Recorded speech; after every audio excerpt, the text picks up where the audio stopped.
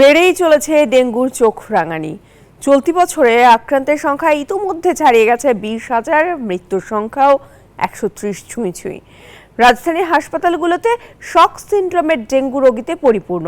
চিকিৎসকরা বলছেন, যে হারে প্রকোপ বাড়ছে তাতে জ্বর হলেই বিশেষজ্ঞ চিকিৎসকের শরণাপন্ন হওয়ার বিকল্প নেই। পাশাপাশি কীটতত্ত্ববিদরা বলছেন, এখনই লাগাম টানতে না পারলে নিয়ন্ত্রণের বাইরে যেতে পারে ডেঙ্গু পরিস্থিতি, যার জন্য হটস্পট চিহ্নিত করে এডিস মশার লার্ভা ধ্বংস করার পরামর্শ তাদের। হাসপাতালের বেডই এখন লামিয়ার খেলার জায়গা। ডেঙ্গু ভাইরাসে শৈশবের দুরন্তপনা আটকে গেছে দিন সাতেকের জন্য, আর তাতে তার রাজ্যের বিরক্তি। মেলা বন্ধুরা ভালো লাগেনি, এখানে কতবার খালি রক্ত হিলবে। রাজধানীর মুগ্ধ হাসপাতালে এমন অন্তত 50 শিশু বন্দী ডেঙ্গু আক্রান্ত হয়ে। এনজিওর কিস্তি প্রথমবার বিকাশ পেমেন্ট করলেই 20 টাকা ইনস্ট্যান্ট ক্যাশব্যাক। কেউ আবার মুক্তির আনন্দে ভুলেছে অসহনীয় যন্ত্রণার দিন। 6 দিন ছিলাম এই জায়গায়, এখন বাসায় যাব, মাদ্রাসায় যাব, বন্ধুদের সাথে খেলবে, ভালো লাগতেছে। প্রাপ্তবয়স্কদের চিত্রও একই।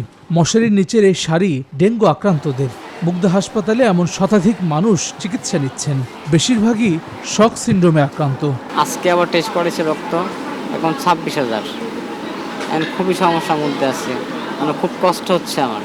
জ্বর, মাথা ব্যথা, আর বমি আর পাতলা পায়খানা হয়েছে।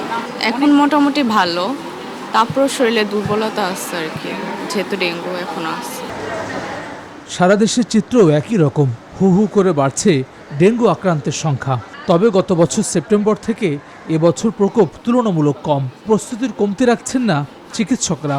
জ্বরে আক্রান্তদের অবহেলা না করে হাসপাতালে আসার পরামর্শই চিকিৎসকের। ন্যাশনাল একটা গাইডলাইন আছে, কিছু ক্রাইটেরিয়া আছে, সেই ক্রাইটেরিয়া ফিল আপ করলে কিন্তু আমরা ডেঙ্গু রোগী ভর্তি দিয়ে থাকি।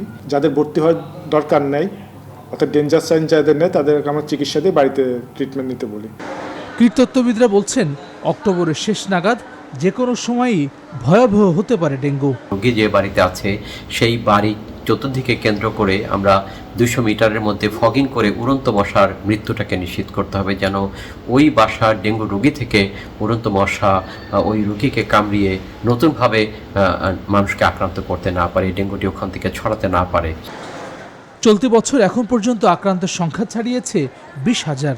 অবস্থার উত্তরণে সংশ্লিষ্ট প্রতিষ্ঠান এবং নাগরিকদের সচেতনতার উপর জোর দিচ্ছেন জনস্বাস্থ্য বিশেষজ্ঞরা। হাসান ওয়ালি, নিউজ 24, ঢাকা।